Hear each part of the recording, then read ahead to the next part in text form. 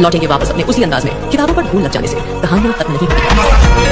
Hello, कैसे हैं आप लोग। आशा करते हैं आप लोग बढ़िया होंगे और आप लोग आरआरबी एनटीपीसी एग्जाम 2025 की तैयारी में लगे हुए हैं, जैसा कि हमको मालूम है। तो आप लोग के लिए इम्पोर्टेंट रहने वाला है प्रीवियस ईयर क्वेश्चन, जो 2021 में आरआरबी एनटीपीसी के कुल 133 शिफ्ट में पेपर लिया गया था मेरे भाई। ठीक है, 133 शिफ्ट पेपर देखना है आपको, तो चैनल को क्या करना पड़ेगा, सब्सक्राइब करना पड़ेगा, बेल आइकन को प्रेस करना पड़ेगा, टेलीग्राम चैनल से जुड़ना पड़ेगा। ये इतना बस आपको करते हुए चलना है। तो मेरे भाई एक एक शिफ्ट का पेपर आपको मैं दिखाने वाला हूँ। 133 शिफ्ट का बहुत ही लंबा सीरीज चलने वाला है मेरे भाई, और मैं यही कोशिश करूँगा कि आपके एग्जाम से 15-20 दिन पहले ये सीरीज को मैं समाप्त करूं। चाहे एक दिन में मुझे 4-4 वीडियो करना हो या फिर 5-5 वीडियो करना हो, मैं करने के लिए तैयार हूं। बस आपका साथ होना चाहिए, जैसा कि एसएससी जीडी वाले बच्चों ने साथ दिया मेरे भाई, और उनका कुल 53 शिफ्ट का पेपर मैंने करा दिया। साथ में 2023 का 76 शिफ्ट का भी मैंने पेपर करा दिया। एमटीएस का मैंने करा रखा है प्रीवियस ईयर क्वेश्चन। तो आप लोग को भरोसा हो जाएगा कि जो मैं सीरीज एक बार शुरू करता हूँ उसको खत्म करता हूँ मेरे भाई। ठीक है, तो बीच में मैं छोड़ने वालों में से नहीं हूँ। 133 शिफ्ट मैंने बोल रखा है, तो करा देंगे, एक एक शिफ्ट का पेपर करा देंगे मेरे भाई। आप लोग ध्यान में रखेंगे। साथ में आप लोग को चैनल पे आरपीएफ का जो बच्चे फॉर्म डाले हैं, उनका भी प्रीवियस ईयर क्वेश्चन का 48 सेट का सीरीज चल रहा है मेरे भाई। ठीक है, और वो भी 48 सेट बिल्कुल आपको कराया जाएगा मेरे भाई। एक एक पेपर को कराया जाएगा, आपके सामने रख दिया जाएगा प्रीवियस ईयर क्वेश्चन का। तो अगर आप लोग चाहते हैं प्रीवियस ईयर क्वेश्चन करना, या खुद को लगता है कि प्रीवियस ईयर क्वेश्चन से पेपर में आएंगे प्रश्न, तो जरूर जुड़िएगा मेरे भाई। ठीक है, मेरा मानना है कि प्रीवियस ईयर क्वेश्चन किए बिना आपका सिलेक्शन नहीं हो सकता है। ठीक है, लेकिन अब आपको वीडियोस देखना है, आपको अपना भविष्य तय करना है। तो आप देखिए, प्रीवियस ईयर क्वेश्चन से प्रश्न आते हैं तो देख लीजिए वीडियो, नहीं आते हैं तो इग्नोर कर दीजिएगा। ठीक है, तो कुल 133 शिफ्ट का यह सीरीज चलने वाला बहुत ही बड़ा सीरीज है मेरे भाई। यूट्यूब पे कहीं भी आपको 133 शिफ्ट का पेपर नहीं देखने को मिलेगा। मिलेगा तो मिलेगा बस स्टडी पॉइंट 11 चैनल पर मिलने वाला है, और बिल्कुल ऑफिशियल पेपर के साथ। एक भी प्रश्न मैं अपने तरफ से नहीं कराऊंगा मेरे भाई, ये मेरा वादा रहा। और जो जो आरआरबी एनटीपीसी ने पूछा है उन सारे प्रश्न को कराना, ये भी मेरा वादा रहा। ठीक है, तो आज हमारा पहला वीडियो से शुरुआत होगा, पहला सेट से शुरुआत होगा मेरे भाई। 4 जनवरी 2021 के फर्स्ट शिफ्ट से कुल देखेंगे 133 पेपर मेरे भाई, और 40 नंबर का जो सीबीटी 1 और सीबीटी 2 में तो आपके 50 नंबर के जीके जीएस आते हैं। तो साथ में मेरे भाई दोनों चीज़ का तैयारी हो जाएगा, इस बात की आप लोग गारंटी रखेंगे। ठीक है, तो एक भी प्रश्न छोड़ना नहीं है पेपर में, क्योंकि सारे प्रश्न मेरा मानना है प्रीवियस ईयर क्वेश्चन से ही आते हैं।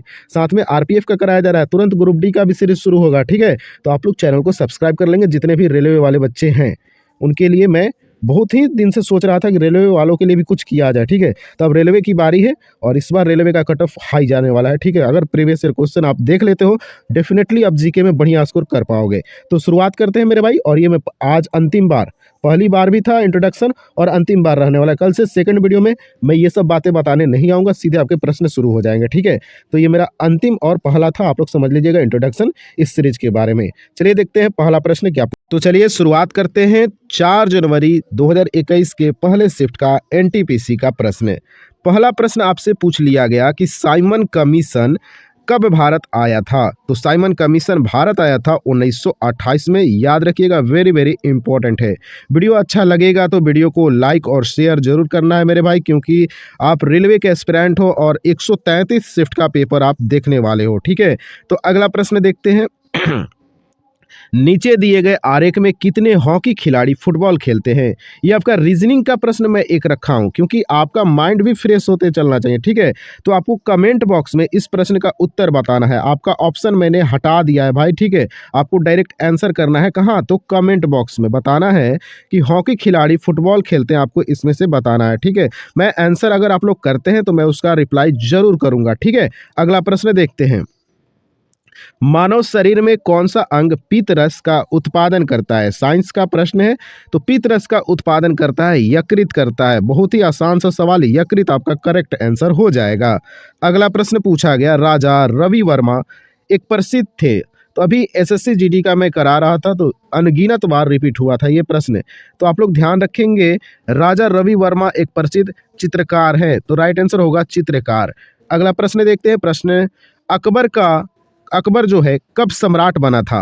तो अकबर सम्राट कब बना था, तो 1556 ईस्वी में बनना था। आप लोग बताकर आसानी से 1 नंबर ले सकते हैं। ठीक है, तो अकबर सम्राट बना था 1556 ईस्वी में। अगला प्रश्न देखते हैं।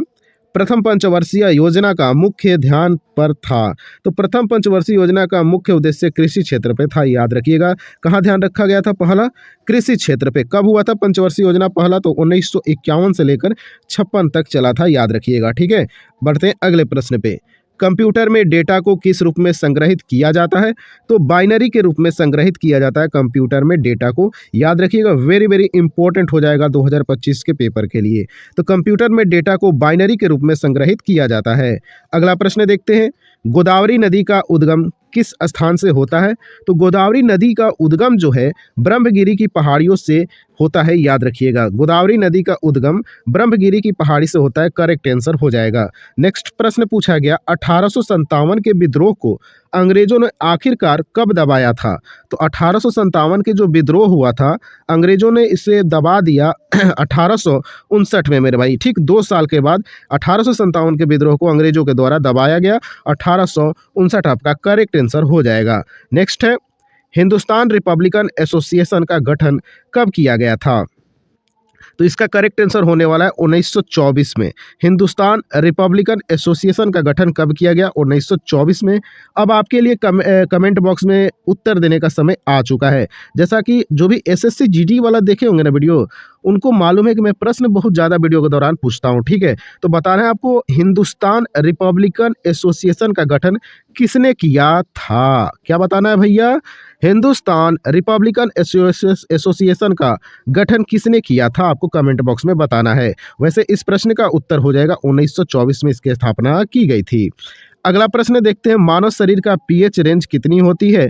तो 7.35 से लेकर 7.45 तक आपका मानव शरीर का पीएच रेंज होता है, याद रखिएगा। वेरी वेरी इंपॉर्टेंट है आपके एनटीपीसी पेपर के लिए। अगला प्रश्न देखते हैं। प्रश्न है कि भारत का पहला उच्च न्यायालय में स्थापित किया गया था? तो कोलकाता आप लोग को याद भी होगा भाई। और मैं बता दूं, पहला शिफ्ट जो था बहुत ही आसान जी के पूछा गया था, लेकिन आने वाले शिफ्ट में पेपर हार्ड हुआ था मेरे भाई, आप लोग ध्यान रखेंगे। तो इसका करेक्ट आंसर हो जाएगा कोलकाता। भारत का पहला उच्च न्यायालय कोलकाता में स्थापित किया गया था। आपके लिए प्रश्न में डाल के जाता हूं, आपको कमेंट बॉक्स में बताना है कि इसकी स्थापना कब की गई थी, ये आपको कमेंट बॉक्स में बताना है। देखते हैं कौन है शूरवीर जो इस प्रश्न का उत्तर कर पाता है। अगला प्रश्न देखते हैं, धातुओं के पतली तार के रूप में ढलने की विशेषता क्या कहलाती है? इसको बोलते हैं तन्यता बोलते हैं। तो धातुओं की पतली तार के रूप में ढलने की जो विशेषता होती है उसे तन्यता के नाम से जानते हैं। नेक्स्ट है, यूआरएल का पूर्ण रूप क्या होता है? यूआरएल का फुल फॉर्म पूछा है। आरआरबी एनटीपीसी में फुल फॉर्म से बहुत सारे प्रश्न पूछे गए हैं। ठीक है, मैं टॉपिक वाइज भी आपको करा दूंगा। ठीक है, बस आप लोग सपोर्ट करिए और सीरीज के साथ जुड़े रहिए। ठीक है ना? तो इस प्रश्न का सही उत्तर होगा यूनिफॉर्म रिसोर्स लोकेटर, आपका करेक्ट आंसर हो जाएगा। यूआरएल का पूर्ण रूप यूनिफॉर्म रिसोर्स लोकेटर होता है, याद रखेंगे। नेक्स्ट है, गांधी सागर बांध किस राज्य में स्थित है? तो मध्य प्रदेश में स्थित है। गांधी सागर बांध जो है मध्य प्रदेश में स्थित है। नेक्स्ट है, भारतीय संविधान में पहला संशोधन कब किया गया था? तो 1951 का वर्ष में भारतीय जो संविधान है मेरे भाई, इसमें पहला संशोधन कर दिया गया 1951 में। नेक्स्ट है, इनसैट 1B को कब शुरू किया गया था? बहुत ही इस प्रकार के प्रश्न एनटीपीसी में देखने को मिला है भाई, तो टेंशन ना लीजिए, एक एक प्रश्न को दिखाना मेरा काम है। तो इनसैट 1B को कब शुरू किया गया? 1983 में। हाँ, आप लोग के लिए मैं करेंट अफेयर्स का जो प्रश्न पूछा गया था इस पेपर में, उसको हटा दिया है मेरे भाई। ठीक है, झूठ मूठ का समय बर्बाद मैं 1 मिनट आपका बर्बाद करने वाला नहीं हूँ, इसलिए उन सारे प्रश्नों को हटाया गया जो आपके पेपर में नहीं आएंगे, करेंट अफेयर्स के थे। क्योंकि करेंट अफेयर्स तो बदलेगा ना मेरे भाई, इसलिए उसको हम पहले ही बदल चुके हैं। तो इसका करेक्ट आंसर होगा 1983 हो जाएगा। इनसैट 1B को कब शुरू किया गया था? 1983 में शुरू किया गया था। बढ़ते अगले प्रश्न पे। पोखरण परमाणु परीक्षण 2 का कोड नाम क्या था? तो पोखरण परमाणु परीक्षण 2 का कोड नाम क्या था? ऑपरेशन शक्ति। क्या करेक्ट आंसर होगा? ऑपरेशन शक्ति आपका करेक्ट आंसर हो जाएगा। और ये बार बार पूछे जाते हैं प्रश्न, आप लोग ये बात को भी ध्यान में रखेंगे। अगला प्रश्न देखते हैं, सांची के स्तूप का निर्माण किसने कराया था? तो अशोक के द्वारा सांची के स्तूप का निर्माण करवाया गया था, याद रखिएगा। वेरी वेरी इंपॉर्टेंट हो जाएगा पेपर के लिए। अगला प्रश्न देखते हैं, किस उद्योग में कच्चे माल के रूप में चूने के पत्थर का उपयोग किया जाता है? तो राइट आंसर होगा सीमेंट हो जाएगा। सीमेंट उद्योग में कच्चे माल के रूप में चूना का पत्थर का उपयोग किया जाता है। नेक्स्ट है, प्रसिद्ध हिंदी उपन्यास तमस किसने लिखा है? तो भीष्म साहनी आपका करेक्ट आंसर होने वाला है। ठीक है, जो बच्चे 133 शिफ्ट तक जुड़ गए उनका बल्ले बल्ले होने वाला है। मुझे मालूम है कि बहुत सारे बच्चे 2-3 वीडियो देखेंगे, उसके बाद अपना अपना रास्ता देख लेंगे, लेकिन जो बच्चे सीरियस हैं 133 वीडियो देख लिए, फिर उनको जीके में एनटीपीसी में कोई दबाने वाला नहीं मिलेगा भाई। ठीक है ना? तो देखो, इस प्रश्न का सही उत्तर होगा तमस किसके द्वारा लिखा गया? तो भीष्म साहनी के द्वारा लिखा गया है। अगला प्रश्न पूछा गया, भारत में पहला नाभिकीय विद्युत संयंत्र कहाँ स्थापित किया गया था? तो तारापुर। रिपीटेड प्रश्न होता है मेरे भाई, ये सब बार बार रिपीट होते हैं प्रीवियस ईयर में, तो याद रखिएगा तारापुर इसका करेक्ट आंसर हो जाएगा। अगला प्रश्न पूछा गया, सरदार सरोवर बांध किस नदी पर बना है? देखो, 2 बांध के प्रश्न तो इसी पेपर में पूछ लिया गया ना, और प्रीवियस ईयर क्वेश्चन का मतलब ही होता है कि आप एनालिसिस कर रहे हो। ठीक है, एनालिसिस कर रहे हो कि आपके पेपर में क्या क्या पूछा जाता है, कहाँ से कहाँ तक पूछा जा सकता है, ये आपको देखना है प्रीवियस ईयर क्वेश्चन में। तो सरदार सरोवर बांध किस नदी पर बना है? तो नर्मदा नदी पर बना है। सरदार सरोवर बांध नर्मदा नदी पर बना है, याद रखेंगे। अगला प्रश्न देखते हैं, भारत का सबसे बड़ा बॉक्साइट उत्पादक राज्य कौन सा है? तो ओडिशा हो जाएगा करेक्ट आंसर। ओडिशा जो है भारत का सबसे बड़ा बॉक्साइट उत्पादक राज्य है, याद रखेंगे। नेक्स्ट है, हेपेटाइटिस ए किसके कारण होता है? बार बार प्रश्न पूछा जाएगा भाई, हेपेटाइटिस ए किसके कारण होता है? तो विषाणु के वजह से होता है, आपको याद रखना है। ठीक है, हेपेटाइटिस ए का कारण क्या है? विषाणु हो जाएगा करेक्ट आंसर। अगला प्रश्न देखते हैं, प्रोग्रामिंग लैंग्वेज जावा का आविष्कार किसके द्वारा किया गया था? अब आपके कंप्यूटर के प्रश्न भी तो पूछे जाते हैं एनटीपीसी के पेपर में, ठीक है ना? तो कंप्यूटर वाला प्रश्न मैंने ऐड कर रखा है। तो प्रोग्रामिंग लैंग्वेज जावा का आविष्कार किया था जेम्स गोसलिंग के द्वारा किया गया था। प्रोग्रामिंग लैंग्वेज जावा का आविष्कार जेम्स गोसलिंग के द्वारा मेरे भाई किया गया था। अगला प्रश्न पे चलते हैं, भारत ने पहली बार ओलंपिक खेलों में किस वर्ष में भाग लिया? तो याद है ना, 1900 में। कब लिया था भाग? 1900 में भाग लिया था भारत पहली बार ओलंपिक खेलों में। वेरी वेरी इंपॉर्टेंट हो जाएगा प्रश्न। अगला प्रश्न देखते हैं, कहा जाता है कि 1906 में भारत का प्रथम राष्ट्रीय ध्वज में फहराया गया था। तो कोलकाता में फहराया गया था 1906 में, तो करेक्ट आंसर होगा कोलकाता। भारत का प्रथम राष्ट्रीय ध्वज फहराया गया था कहाँ? तो कोलकाता में 1906 में। आपको ये फैक्ट याद रखना है। नेक्स्ट है, आरटीआई अधिनियम कब प्रभावी हुआ था? तो आरटीआई अधिनियम कब प्रभावी हुआ था? अक्टूबर 2005 में। आरटीआई कब आया? 2005 में आया था। बहुत ही इंपॉर्टेंट होता है पेपर के लिए ये प्रश्न। अगला प्रश्न देखते हैं, संयुक्त राष्ट्र परिषद में कितने अस्थायी सदस्य होते हैं? अस्थायी सदस्यों की संख्या होता है मेरे भाई 10। बहुत ही इंपॉर्टेंट प्रश्न है आपके पेपर के लिए। अगला प्रश्न देखते हैं, निम्नलिखित में से कौन सा सबसे कम आयु का नोबेल विजेता है? तो मलाला यूसुफजाई, ये मुझे पता है, सबको इसका आंसर पता होगा। तो मलाला यूसुफजाई जो है सबसे कम आयु का नोबेल विजेता है। अब आपको बताना है ये किस देश की रहने वाली है मलाला यूसुफजाई, कमेंट बॉक्स में आपको बता देना है।